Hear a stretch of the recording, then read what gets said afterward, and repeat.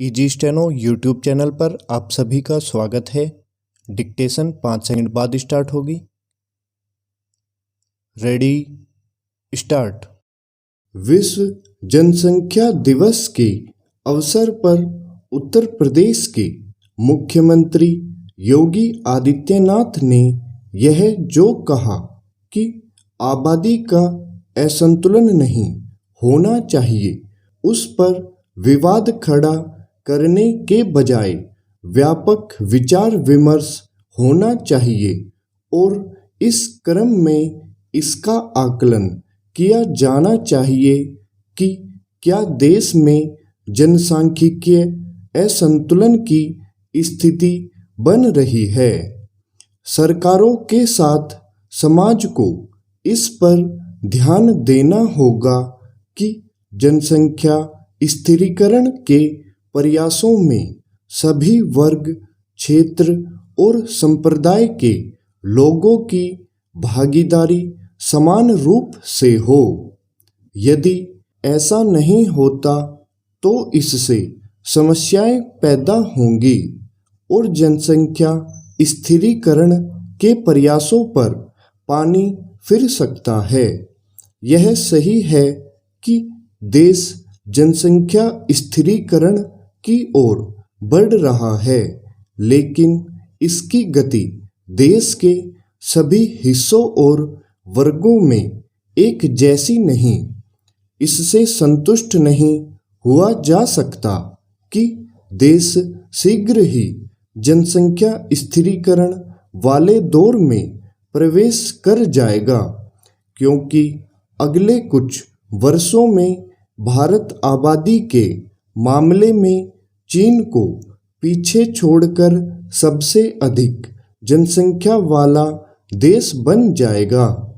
यह कोई आदर्श स्थिति नहीं होगी, इसलिए और भी नहीं क्योंकि चीन के मुकाबले भारत का क्षेत्रफल कम है और यह किसी से छिपा नहीं कि संसाधनों पर बोझ बढ़ता जा रहा है।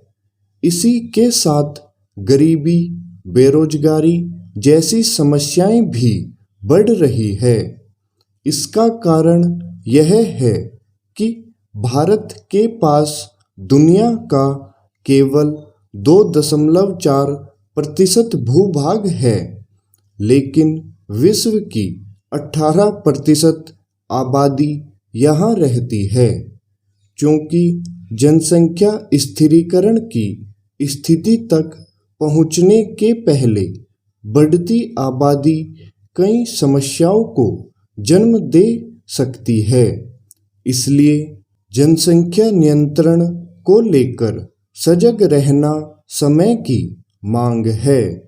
उन वर्गों और क्षेत्रों को जनसंख्या नियंत्रण की महत्ता से परिचित कराना ही होगा जहां इसके प्रति जागरूकता का अभाव है।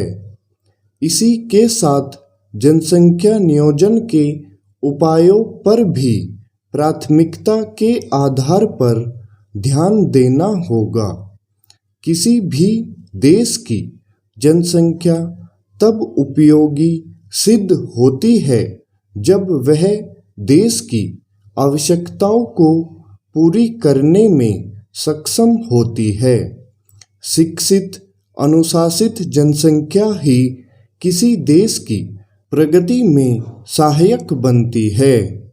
इस लक्ष्य की प्राप्ति के लिए पारिवारिक एवं सामाजिक संस्कारों और शिक्षा के माध्यम से भावी पीढ़ी को अनुशासित और राष्ट्रीय दायित्वों के प्रति प्रतिबद्ध बनाने को प्राथमिकता देनी होगी।